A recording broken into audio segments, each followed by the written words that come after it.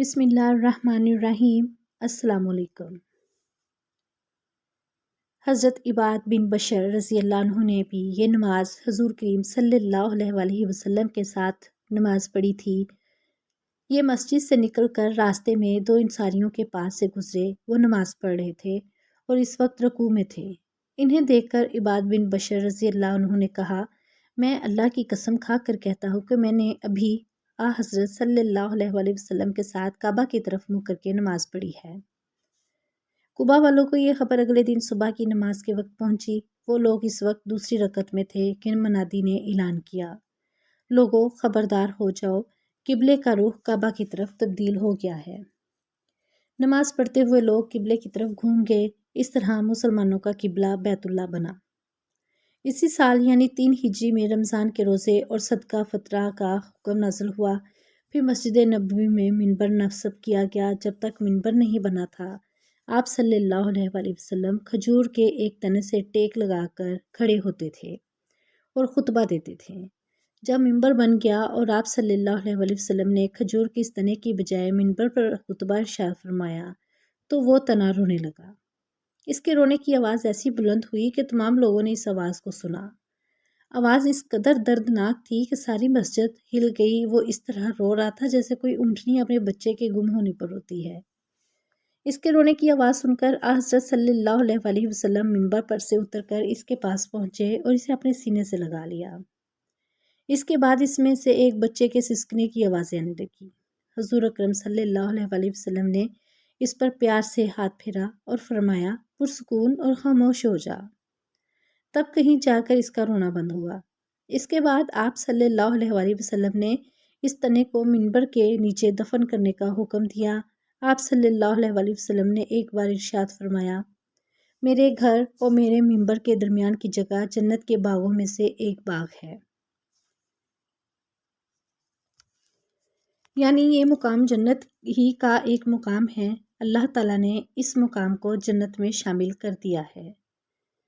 گزشتہ صفحات میں آپ پڑھ چکے ہیں کہ قریش کے ایک تجارتی قافلے پر حملے کی غرض سے آپ صلی اللہ علیہ وآلہ وسلم روانہ ہوئے تھے، لیکن جب آپ صلی اللہ علیہ وآلہ وسلم عشیرہ کے مقام پر پہنچے تو قافلہ اس مقام سے گزر کر شام کی طرف روانہ ہو چکا تھا۔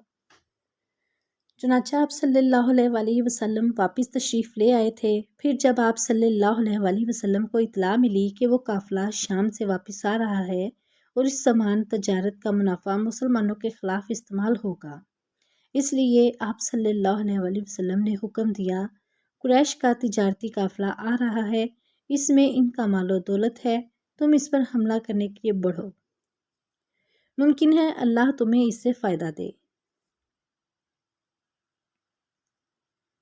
ادھر اس قافلے کے سردار ابو سفیان رضی اللہ عنہ تھے۔ یہ قریش کے بھی سردار تھے۔ اس وقت تک ایمان نہیں لائے تھے، فتح مکہ کے موقع پر ایمان لائے۔ ان کی عادت تھی کہ جب ان کا قافلہ حجاز کی سرزمین پر پہنچا تو جاسوسوں کو بھیج کر راستے کی خبریں معلوم کر لیتے تھے۔ انہیں آپ صلی اللہ علیہ وآلہ وسلم کا خوف بھی تھا۔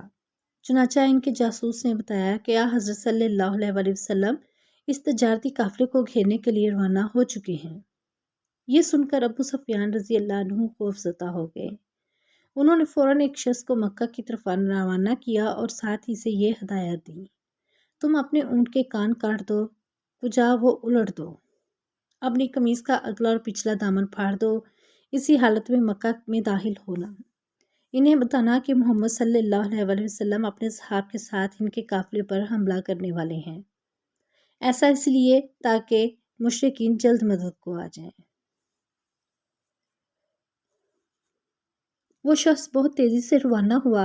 اب ابھی یہ مکہ پہنچا نہیں تھا کہ وہاں عاتکہ بنت عبد المطلب نے ایک خواب دیکھا۔ حضور نبی کریم صلی اللہ علیہ وآلہ وسلم کی پھوپھی تھیں۔ یہ معلوم نہیں ہو سکا کہ بعد میں یہ اسلام لے آئی تھی یا نہیں۔ روایات میں اختلاف پایا جاتا ہے، کچھ روایات کہتی ہیں ایمان لے آئی تھی، کچھ میں ہے کہ انہوں نے اسلام قبول نہیں کیا تھا۔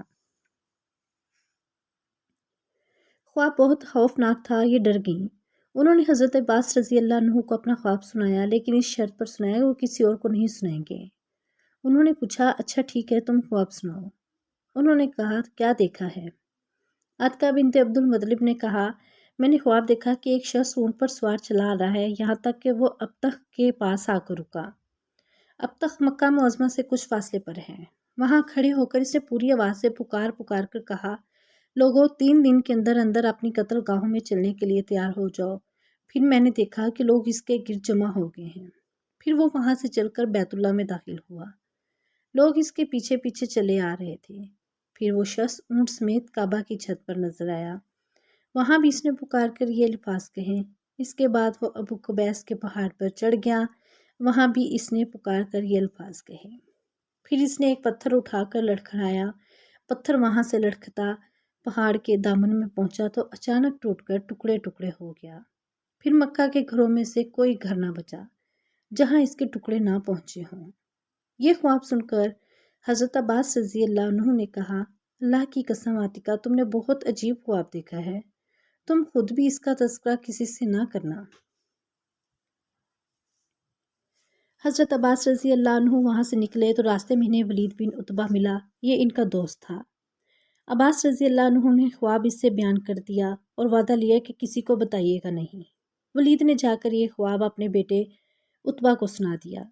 اس طرح یہ خواب آگے ہی آگے چلتا رہا، یہاں تک کہ ہر طرف عام ہو گیا۔ مکہ میں اس خواب پر زور شور سے تبصرہ ہونے لگا۔ آخر 3 دن بعد وہ شخص اونٹ پر سوار مکہ میں داخل ہوا جسے حضرت ابو سفیان رضی اللہ عنہ نے بھیجا تھا۔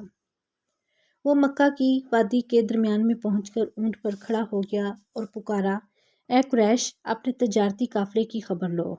تمہارا جو مال و دولت ابو سفیان لے کر آ رہے ہیں، اس پر محمد صلی اللہ علیہ وآلہ وسلم حملہ کرنے والے ہیں، جلدی کرو، پہنچو۔ اس تجارتی قافلے میں سارے قریشیوں کا مال لگا ہوا تھا، چنانچہ سب کے سب جنگ کی تیاری کرنے لگے۔ جو مالدار تھے انہوں نے غریبوں کی مدد کی تاکہ زیادہ سے زیادہ افراد جنگ کے لیے جائیں۔ جو بڑے سردار تھے وہ لوگوں کو جنگ پر ابھارنے لگے۔ ایک سردار سہیل بن عمرو نے اپنی تقریر میں کہا، اے قریشیو، کیا یہ بات تم برداشت کر لو گے کہ محمد صلی اللہ علیہ وآلہ وسلم اور ان کے بے دین ساتھی تمہارے مال و دولت پر قبضہ کر لیں؟ لہٰذا جنگ کے لیے نکلو۔ جس کے پاس مال کم ہو اس کے لیے میرا مال حاضر ہے۔ اس طرح سب سردار تیار ہوئے، لیکن ابو لہب نے کوئی تیاری نہ کی۔ وہ عاتکہ کے خواب کی وجہ سے خوف زدہ ہو گیا تھا۔ وہ کہتا تھا، عاتکہ کا خواب بالکل سچا ہے اور اسی طرح ظاہر ہوگا۔ ابو لہب خود نہیں گیا، لیکن اس نے اپنی جگہ عاص بن ہشام کو 4000 درہم دے کر جنگ کے لیے تیار کیا، یعنی وہ اس کی طرف سے چلا جائے۔ ادھر خوب تیاریاں ہو رہی تھیں۔ ادھر حضرت صلی اللہ علیہ وآلہ وسلم مدینہ منورہ سے روانہ ہوئے۔ مدینہ سے باہر بئر عتبہ نامی کنویں کے پاس لشکر کو پڑاؤ کا حکم فرمایا۔ آپ صلی اللہ علیہ وآلہ وسلم نے صحابہ کرام رضی اللہ عنہم کو اس کنویں سے پانی پینے کا حکم دیا اور خود بھی پیا۔ یہیں آپ صلی اللہ علیہ وآلہ وسلم نے حکم فرمایا، مسلمانوں کو گن لیا جائے۔ سب کو گنا گیا۔ آپ صلی اللہ علیہ وآلہ وسلم نے سب کا معائنہ بھی فرمایا۔ جو کم عمر تھے انہیں واپس فرما دیا۔ واپس کیے جانے والوں میں حضرت اسامہ بن زید اور رافع بن خدیجہ، برا بن عازب، اسید بن ظہیر، زید بن ارقم اور زید بن ثابت رضی اللہ عنہم شامل تھے۔ جب انہیں واپس چلے جانے کا حکم ہوا تو عمیر بن ابی وقاص رضی اللہ عنہ رونے لگے۔ آخر آپ صلی اللہ علیہ وآلہ وسلم نے انہیں اجازت دے دی، چنانچہ وہ جنگ میں شریک ہوئے۔ اس وقت ان کی عمر 16 سال تھی۔ سیرت النبی ابھی جاری ہے۔ آپ سب ویڈیوز دیکھ لیتے ہو، نہ لائک کرتے ہو، نہ سب چینل کو سبسکرائب کرتے ہو۔ آپ سے گزارش ہے کہ چینل کو سبسکرائب کیا کرے اور لائک بھی کر دیا کرے تاکہ ہماری حوصلہ افزائی ہوتی رہے۔ جزاک اللہ۔